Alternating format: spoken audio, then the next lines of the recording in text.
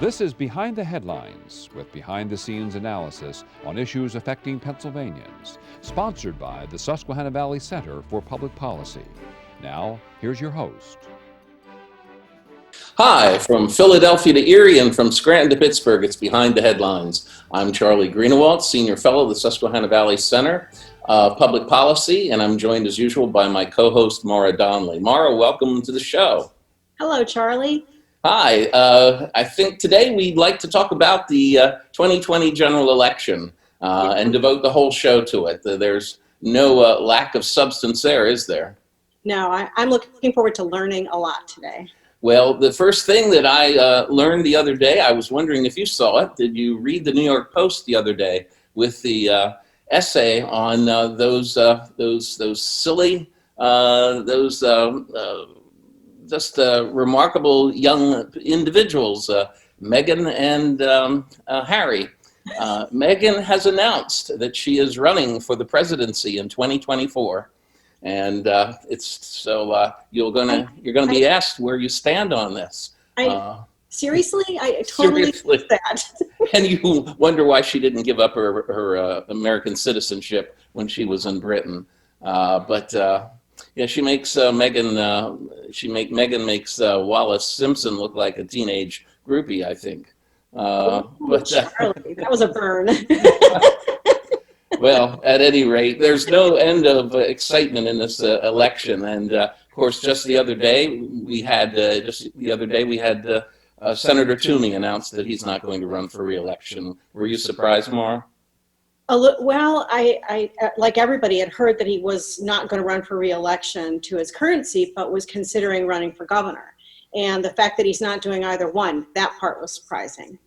Well, we're lucky. We have two of the state's top experts and two nationally known figures to delve into these subjects with us today. We are lucky enough to have Charlie Gerow with us, an old friend who's been with us many times, who's the CEO of Quantum Communications in Harrisburg and is a statewide and national consultant and spokesperson and communications expert. Welcome to the show, Charlie. Always good to be with you, Charlie. Oh, it's always nice to work with you. And we have someone new for this show as well. We want to welcome to the show Mikus, who is the president of Chartiers Group. Mike, welcome to the show. Do you want to tell us a little bit about what you do and what Chartiers does? Sure. Thank you so much for having me, Charlie. I'm a Democratic consultant. I primarily work on Democratic campaigns. I'm a full service firm, so I do everything from press to get out the vote operations. And I also work on a number of issue advocacy campaigns as well. And just as you focus on Democratic campaigns, I neglected to say, Charlie, is it fair to say you focus on more Republican campaigns? We do. We're a Republican firm, but we also do issue advocacy campaigns and a lot of crisis communications work these days. I imagine. Well, as we're going to talk about the 2020 campaign, there's no shortage of places to start. Why don't we start with the presidency? We find that the president just got out of the Walter Reed Hospital and returned to the White House. We find that this campaign has been unlike any other one in my lifetime, and I have never seen a set of dynamics like we've seen in this campaign. I don't know. Why don't I turn that over? Maura, why don't I turn it over to you? Well, the big broad question, Pennsylvania is often viewed as a swing state, and Trump took it by less than 1 point in 2016. And we're getting a lot of attention. We have a lot of people coming to visit our state right now. I'd like to hear from both of you. If you had a crystal ball, which way do you think it's going to go in Pennsylvania? Right now, I think the race definitely leans in Joe Biden's favor. I unlike some think it's a done deal that Biden's a guaranteed victor here in Pennsylvania. I think he's in a very strong position, but I think the race will be a lot closer than some of the polls have shown recently. Charlie, what do you think? Well, Pennsylvania is clearly a swing state, and in my judgment, it is the swing state. With our 20 electoral votes, we probably have the biggest block that's truly up for grabs, because I think Florida now is moving pretty decidedly into President Trump's column. And it's going to be a rock'em sock'em battle here. As you pointed out, President Trump won here, the first Republican to do so in 28 years in 2016, but he won by only 44,000 votes. I think he can actually expand on that margin, but not greatly. I think it's going to be a very, very tightly contested race here. I think you're going to see the shifting demographics of Pennsylvania reflected in the outcome here, and that's why I think President Trump will win Pennsylvania. I've seen a lot of information lately about voter registration weighing heavily towards the Republicans. Have either of you heard anything like that that may actually have a significant impact on this race? Yeah, I mean, when Democrats have been winning Pennsylvania statewide year after year after year, they've had 1 million to 1 million plus voter registration lead. Since Donald Trump took office, that lead has been cut into dramatically by more than 150,000 registrations. That's very dramatic. And as you know, Maura, when people register for the first time or re-register, they tend to vote in the election following that. So I think that's very, very good news for President Trump and for the Republicans down ballot.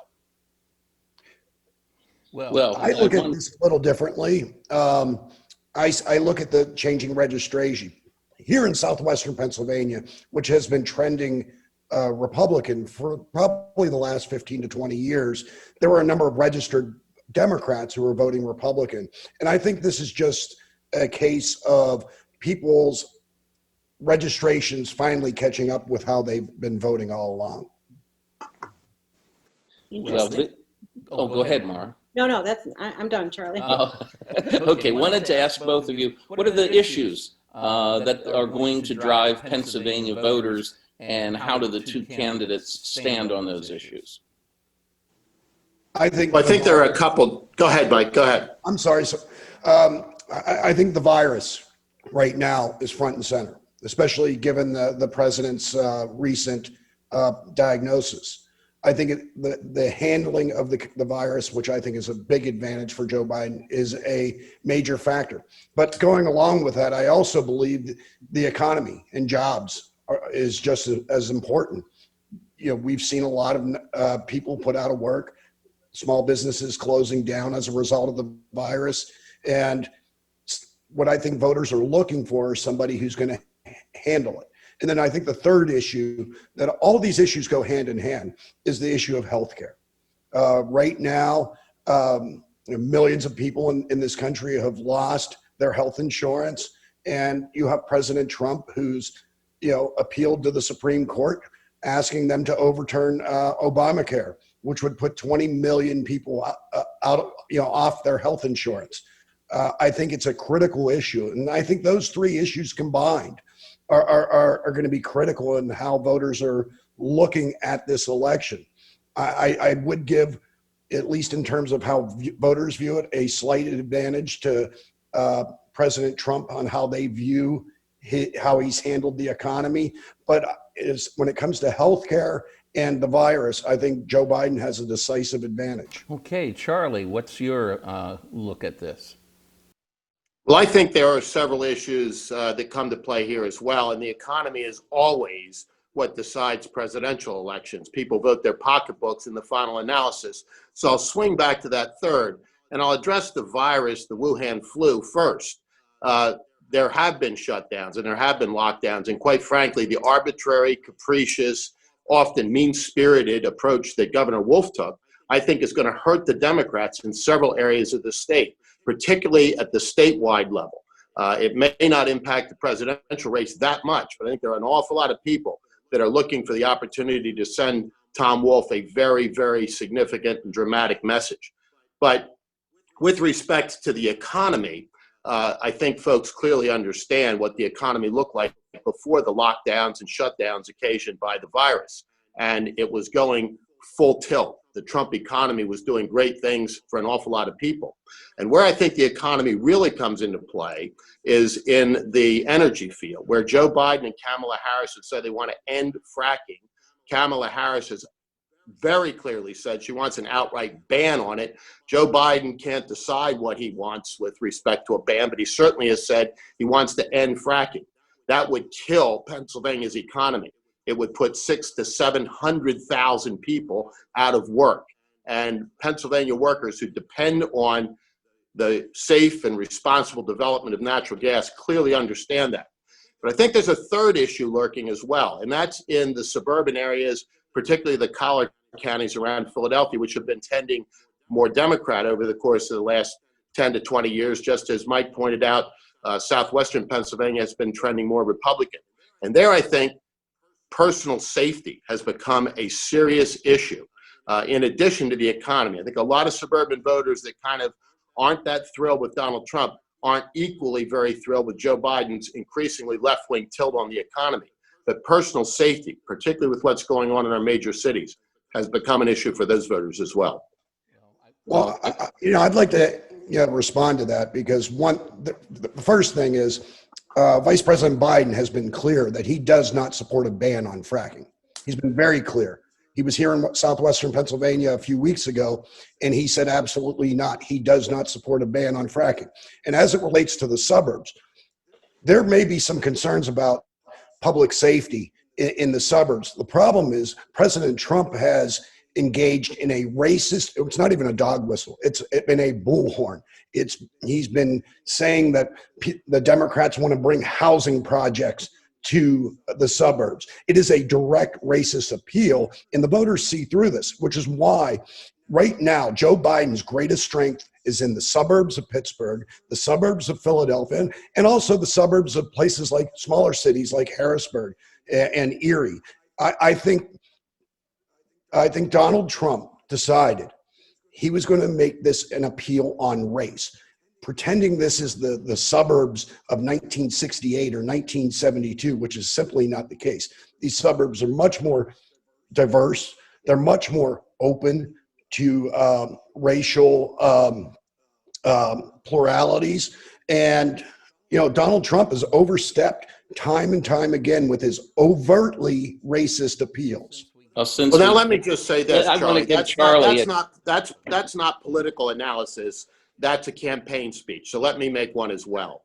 Get back to the Republican National Convention and remember one of the most compelling moments of that convention, which was when Herschel Walker looked the American people in the eye and said how deeply offended he was personally at the mere suggestion that Donald Trump is racist, because he said so clearly and so unequivocally, I would not have invested the last half of a century of my life dealing with a man who's racist. He said, I know this man, I know his heart, I know his soul, and I know that there's not a tinge of racism to him. Beyond that, you're now seeing Democrat lawmakers, African Americans, swinging over to Donald Trump. And the polls indicate that Donald Trump is going to take the largest share of the African American vote of any Republican in recent history. That should suggest a lot about this nonsense that Trump is either personally racist or that he's conducted a racist campaign. Okay, I want to, no, Mike, no. We're going on, Mike. You're going to go on. We're going on to ballot security. We don't want to get stuck in a rut here. People who are concerned in Pennsylvania and across the country in ballot security. We found ballots in ditches in Luzerne County, for example, military ballots that were lost. And we've seen concerns not only across Pennsylvania, but across many states. For example, Alabama is going to have curbside voting, where people can just stop at this voting station along the street and they can vote without any ID and without a signature. Fascinating. I think that last time there was certainly no idea or inkling that Pennsylvania might go to Donald Trump. So here I'll say something maybe a little edgy. So the forces, the Democratic forces in Philadelphia didn't organize themselves as they did in the Bruce Marks campaign a long time ago, for example. And we find that this time they have lots and lots of time One looks back or harkens back to the Romney presidential campaign, where Romney didn't get any votes in some of the Philadelphia precincts, which is almost statistically impossible. But I would think that the Philadelphia Democrats are going to be well organized in this campaign, and I think all bets are off on ballot security. I want to turn to both of you. I cut you off, Mike, first, so I'll let you go first, and then we go to Charlie, okay? Okay?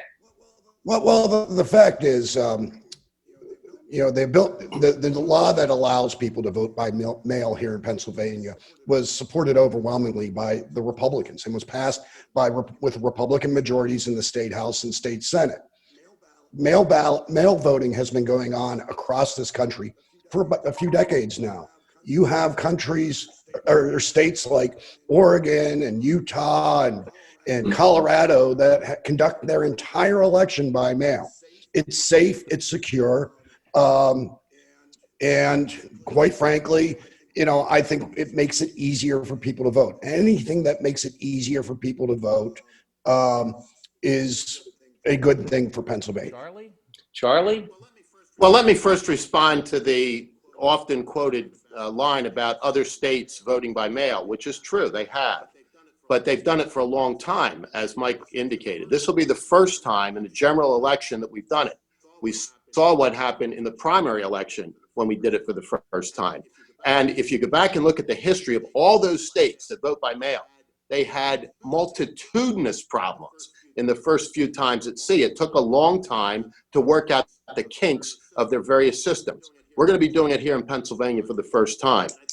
And I think that raises some very serious questions, not just of potential voter fraud, Charlie, which you alluded to, and I'll come back to that in just a second, but just to the administrative problems that are going to exist. And as I say, we saw them already manifest themselves in the June primary. But with respect to voter fraud, you talked about the Bruce Marks race where an election was actually overturned because of fraud. I keep hearing, well, there's no fraud, there's no suggestion of fraud. Well, we just had Bill McSwain, the crime-busting U.S. Attorney for the Eastern District of Pennsylvania, get a guilty plea from a Philadelphia Democrat judge of elections, and he's now added additional charges against a former Democrat congressman there for stuffing the ballot box. And as you indicated, there may or may not be fraud. We don't know yet, particularly with the situation in Luzerne County where ballots went missing.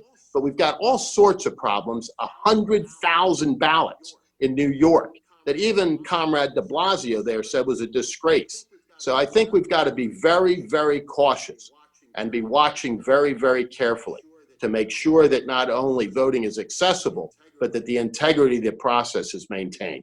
Okay, we've got to take a break here. We're going to come back to Mara, and Mara's going to kick off the next segment. We'll be right back after this. Stay tuned. Behind the Headlines is brought to you as a public service by the Pennsylvania State Association of Township Supervisors, the largest, most influential municipal association in the Commonwealth. Since 1921, PSATS has been preserving and strengthening township government and securing greater visibility and involvement for townships in the state and federal political arenas. Covering 95% of Pennsylvania's land mass, townships represent 5.5 million residents, more than any other type of political subdivision in Pennsylvania. Behind the Headlines is also brought to you by the Hospital and Health System Association of Pennsylvania, helping hospitals provide healing, health, and hope to communities across the state.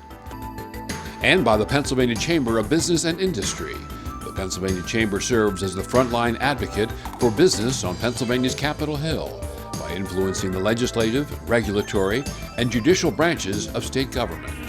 Additional underwriting provided by the Worrell Corporation Foundation, based in Carlisle, Pennsylvania, by the Edward H. and Jeannie Arnold Foundation, and by the Pennsylvania Manufacturers Association. Business in Pennsylvania is our business. Behind the Headlines is also supported as a public service by the Pennsylvania Highway Information Association, the go-to source to learn about transportation projects and issues. Visit pahighwayinfo.org. Hi, welcome back to Behind the Headlines. In the second segment of the show, Mara and I are going to continue to examine the 2020 elections with our guests. Mara? Gentlemen, I would like to return to a few minutes on Senator Toomey's decision not to run for his seat again, and also combined with that, not running for governor. So that throws a whole bunch of things up into the air. So I'd really like to get your perspective on what do you think is going to happen with his current seat. That's going to be interesting. And that also throws the governor's race up in the air a little bit, and get your perspective on those as well. So let's start with you, Mike.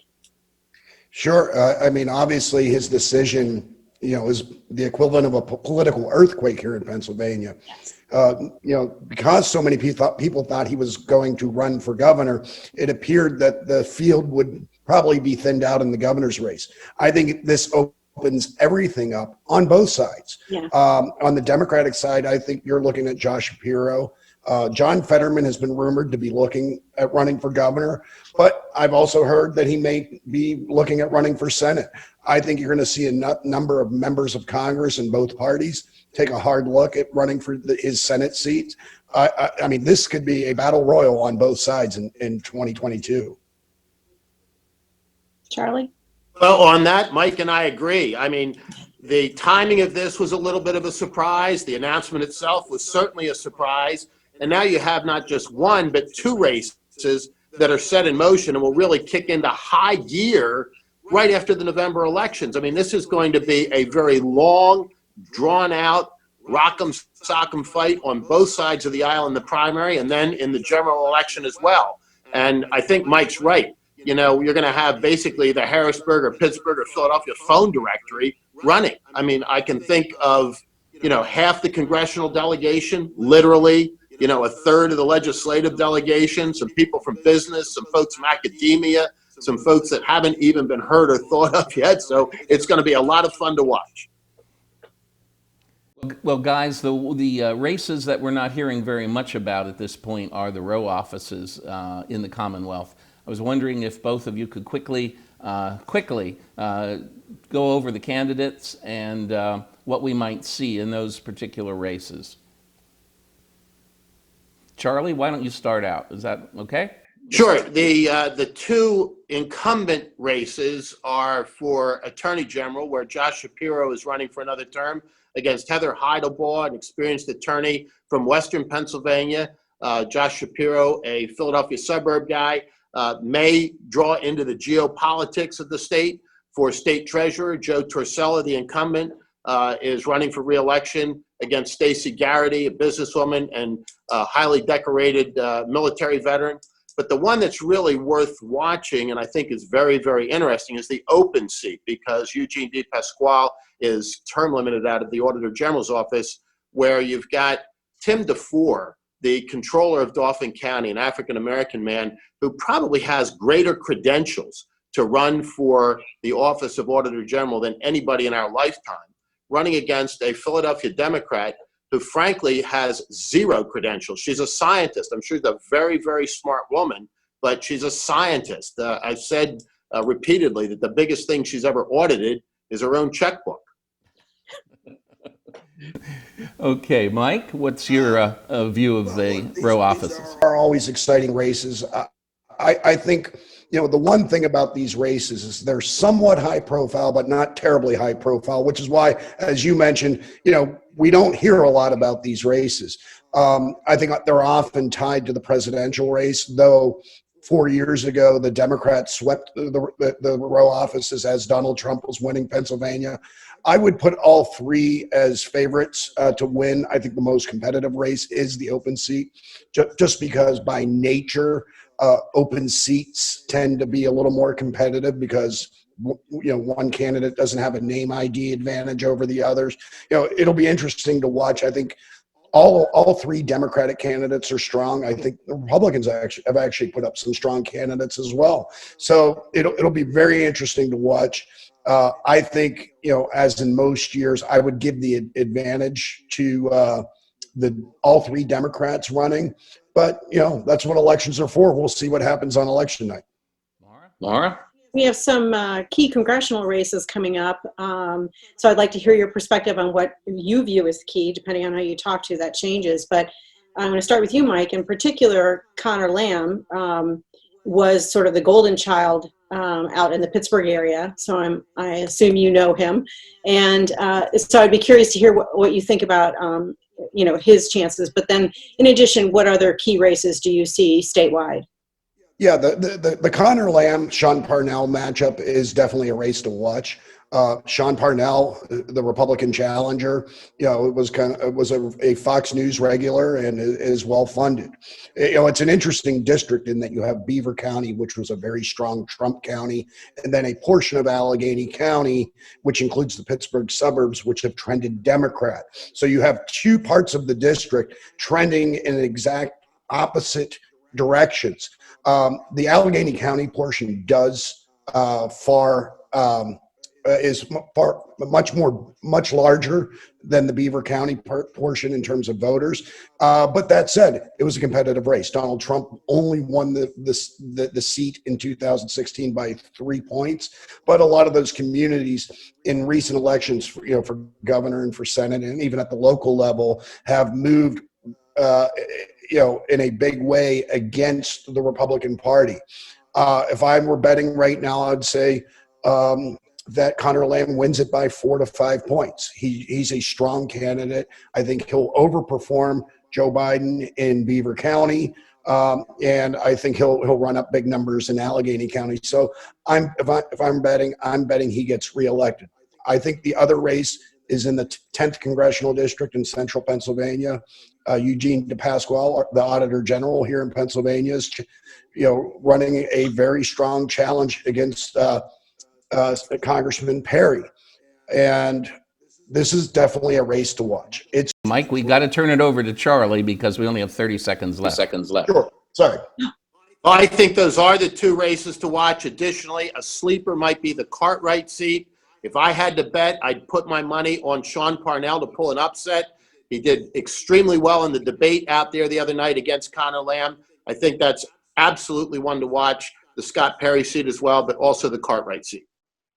Okay, well, throughout this particular show, we've seen the photograph that Mike has had in the background of Cassius Clay or Muhammad Ali knocking out Sonny Liston. I don't think we had any knockout here today, but we hope that both of you guys, gentlemen, will come back and we'll talk about this election some more after the fact. We can't thank you enough from Susquehanna Valley Center and from Behind the Headlines for being with us. We hope you'll tune in again next time for another edition of Behind the Headlines.